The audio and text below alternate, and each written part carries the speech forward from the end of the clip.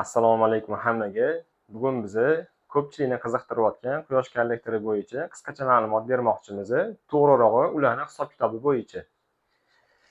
Ko'pchilik telefon qilyapti-da, ataplenyaga, basseynga quyosh kollektori qo'ysam bo'ladimi, qo'yib isitsam bo'ladimi deyishyapti. Bo'ladi, isitsa bo'ladi. Tomda lekin juda ham katta joy egallaydi. Juda ham ko'p miqdorda qo'yilsa, isitsa bo'ladi. Endi o'zini pulini qanchalik oqlaydi agarda mana shu basseynni suvini isitish uchun qo'yadigan bo'lsam yoki atapleniya uchun qo'yadigan bo'lsam deydigan bo'lsak, o'zini pulini oqlash muddati juda ham katta muddat bo'ladi. Tikilgan pulga nisbatan. Lekin quyosh kollektori o'zi aynan misol uchun juda ham dunyo bo'yicha issiq suv olish uchun qo'yishadi ko'p joyda. Issiq suv olish uchun qo'yiladigan bo'lsa, issiq suv bizga qishin yozin kerak. Misol uchun shu 4 ta fasl bo'lsa, 4 ta faslda ham bizga issiq suv kerak. Aynan issiq suv uchun qo'yilsa, yil 12 oy issiq suv uchun ishlaganiga bu o'zini pulini juda ham tez oqlaydi, keyin tez foydaga kiradi. Ham issiq suv uchun katta miqdorda qo'yish shart emas. Kamroq miqdorda qo'yib turib, ko'p vaqt natija olsa bo'ladi. Sizlar bilan hozir mana shu doskada 2 kilovatli quyosh kollektorini necha gradusdan necha gradusga olib chiqa oladi 1 soatda necha litr suvni degan savolga javob topamiz. Xo'p. Bizda mana formulamiz bor. Mana formulamiz bor. Undan tashqari bu yerda yana bitta formulamiz bor. Hozir mana shu formula orqali biz quyosh kollektorimizni 2 kilovatlisini 1 soatda necha litr suv isitib berishini ko'rib chiqamiz. Avvalambor quyosh kollektori bu quyosh bo'lgandagina ishlaydi. Ya'ni 24 soatda aynan quyosh bor vaqtlarida ishlaydi. Yoz kunida kun uzun bo'ladi, tun qisqa bo'ladi. Qish kunida tun uzun, kun qisqa bo'ladi. Shuni hisobini olgan holatda quyosh kollektorini 24 soatda faqat 8 soatgina ishlaydi deb hisobga olingan. Endi bu yoz kunida bu soatlar ko'proq bo'lishi mumkin, qish kunida shu soatlar kamroq bo'lishi mumkin. Shuning uchun 24 soatda faqat 8 soatgina quyosh kollektorini eng issiqlik qabul qilish vaqti deb hisobga olingan. Endi biz sizlar bilan basseynga qo'ymoqchimiz deylik. Basseynga qo'ymoqchimiz. Basseynimizni suv sig'imi 10 tonna deb hisobga olamiz. 10 tonna.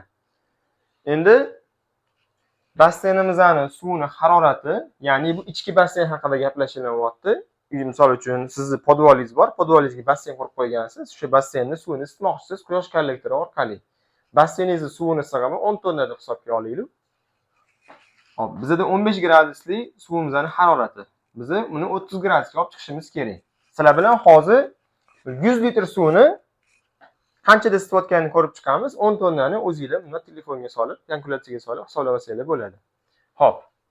Bizda quvvat barobar eng ko'paytirilgan suvning koeffitsiyenti ko'paytirilgan delta T. Mana shu formula bo'yicha avvalambor soatiga berilgan quvvatdan olamiz, hisoblab olamiz. Hop. Endi bizda suvning massasi S bu koeffitsiyenti. Koeffitsiyenti bizda kilojoulda hisoblanadi. Bu o'zi mirovoy уровень kilojoulda, kilokaloriyada hisoblashadi. Bizda delta T haroratlar farqi bor. Haroratlar farqi bizda 15 gradus, ya'ni bizda mana bunaqa formula bo'ladi. Ya'ni bu yerda ham kichkina bitta formula bor. Delta T barobar T1 minus T2 degan formula bor. Mana shuni olib chiqadigan bo'lsa, bizda hozir hop bu narsa mana bunaqa bo'lyapti. 30 minus 15 barobar 15. Ya'ni bizda delta T'miz 15 gradus. Biz 15 gradus qo'shishimiz kerak 30 gradus bo'lishi uchun. O'sha narsadan kelib chiqyapti. Hop. Delta T bu haroratlar farqi deb 15 gradus oldik mana bu yerda. Endi bizda quvvat bor. Ya'ni 2 kilovatli quyosh kollektori haqida gaplashyapmiz sizlar bilan. 2 kilovatli quyosh kollektori 1 soatda 2 kilovat energiya beradi.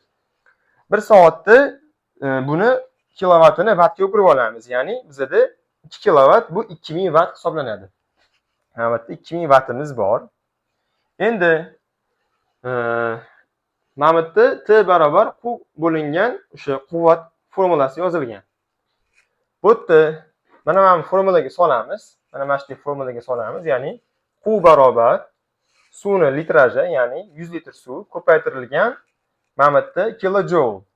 Hop, bu yerda nima kilojoule deyilyapti? Ya'ni o'sha 1 litr suvni 1 gradusga qilishi uchun, o'zgarishi uchun 4200 kilojoule anaqa kerak, quvvat kerak. Bu ya'ni o'sha koeffitsient deb olingan, bu koeffitsient kerak. Endi bu yerda yana ko'payib yozilyapti haroratlar farqi. Bizda bu narsa, misol uchun 100 ni shu 4200 ga ko'paytiramiz, 4215 ga ko'paytiramiz, bu yerda 6.300.000 chiqadi. 6.300.000 kilojoule chiqyapti. 6.300.000 ni biz bo'lamiz wattga. Ya'ni mana formula bo'yicha T barobar quvvat bo'linayotgan 2000 anaqa kilovat. 2000 watt.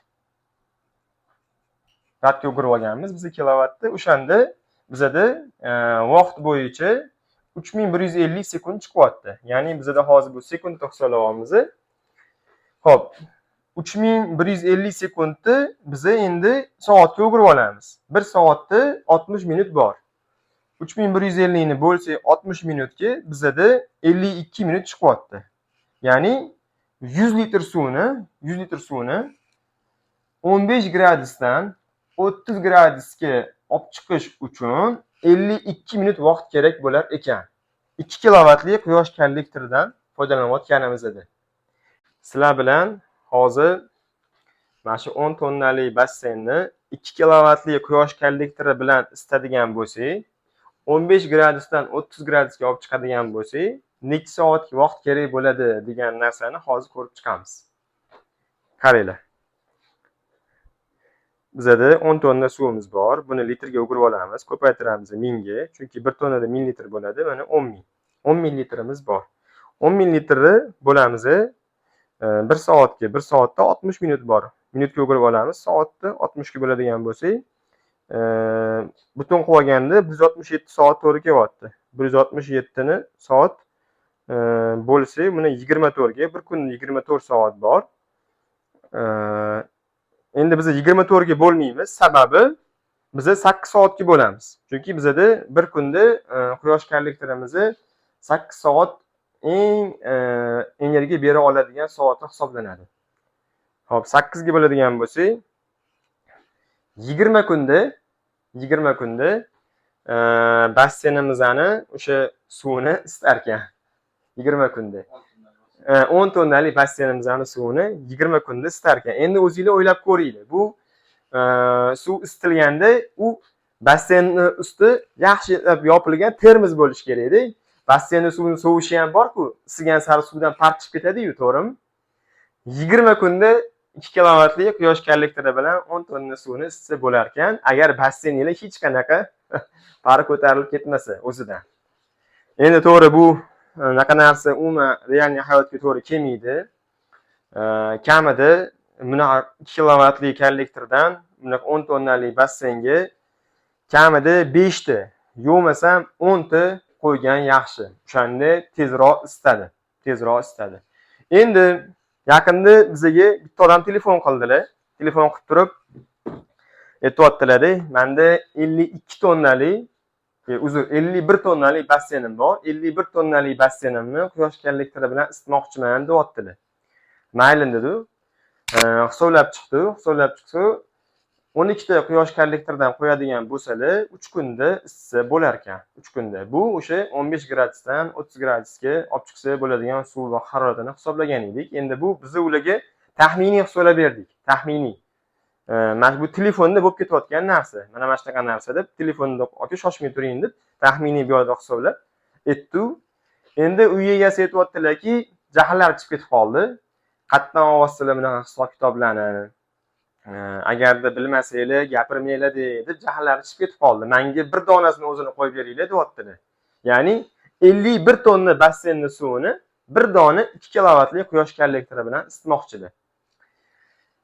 Bo'lmaydi yoki umuman foydasi bo'lmaydi deyapmiz, tushuntirib bo'lmayapti bu narsani. Endi sizlarga o'zingizlarga tushunishinglar uchun, ya'ni ham yaqinroq narsani tushuntirib beraman. 100 litrli Ariston. 100 litrli Aristonni tagida ko'p hollarda 2 kilovatli ten turadi. Endi zo'rlari bor, ustunliklari bo'ladi. Misol uchun, ikkitalab ten turadiganlari bor, tez isitadi, lekin ko'pincha eng oddiylarida 2 kilovatli ten turadi. O'sha 2 kilovatli teni bilan 100 litrli Aristonni kamida godi biza foydalanadigan gradus, misol uchun 45 gradus bo'ladigan bo'lsa, o'shani isitishga 2 soatlab vaqt sarflaydi godi. 2 soatlab. Endi o'zingizlar o'ylab ko'ringlar. Aristonning ustida izolyatsiyasi bo'ladi, anaqasi pena bilan polni izolyatsiya qilingan bo'ladi. O'sha izolyatsiya qilingandagi idishdagi suvni isitish uchun 2 kilovatli ten 2 soatga yaqin vaqt sarflaydi. Ba'zi bir joylarda, endi tokka baland pastligi ham rol o'ynaydi. Bunaqa joylarda tasavvur qilishingiz uchun shunaqa. O'sha sizlar ko'rayotgan, rasmlarni ko'rayotgan, videolarni ko'rayotgan holatlaringizda deylik, quyosh kollektorini ko'pincha 20 ta kolbasi bo'ladi. 20 ta kolbali, o'sha tepasida bochkasi bo'ladi, go'da bochkasi yo'q variantlari bo'ladi, split modellari bor. 1 soatda energiya beradigan anaqasi quvvati 2 kilovat. Sizlarga mana shu isitish texnologiyasi bor akalar. Quyosh suv isitishlari. Bugun Toshkentga kelganmiz. O'zbekistonda birinchilardan bo'lib basseynga bu texnologiyani sinab berishdi. Ya'ni sizlar отопление deysizlarmi, to'pli pol deysizlarmi, qaynoq suv bilan ishlaydigan har qanday joyga endi sizlar gaz, elektr, tokka ortishi rasm qilmasa, shunday bobo quyoshimizning nurlaridan foydalanib tekin. mana shu hakamlar aytyaptilarki, 113 tonna basseynni suvini hamda to'pli pollarni tomda ko'rdinglar, 5 ta quyosh kollektorini qo'yib qo'ygan. 5 ta quyosh kollektori bilan endi har xil model qo'yilgan. Bu yerda split bor, naporniy model bor. O'shan bilan istivomiz deyaptilar. Endi o'zingizlar hisob kitoblarni ko'rdinglar. 1 soatda qancha issiqlik berishini ko'rdinglar. Mayli, tomda 5 ta quyosh kollektori turganda ham, ya'ni mana 2 kilovatlidan 5 ta turganda ham 113 tonnali basseynni isitishi qancha vaqt kerak bo'ladi? O'zingizlar bunda raqamlarda shu narsani solishtirib ko'ringlar. Ba'zi bir insonlar reklama uchun ham anaqa videolar olishyapti, lekin hisob kitobni bilmay gapirib qo'yishyapti. Shuning uchun men tavsiya qilardim, quyosh kollektorini отоплениеga qo'yasizlarmi, basseynga qo'yasizlarmi yoki issiq suv uchun qo'yasizlarmi? Buni o'zini mutaxassislari bilan maslahatlashib, kelishgan holda qo'yishinglarni tavsiya qilardim.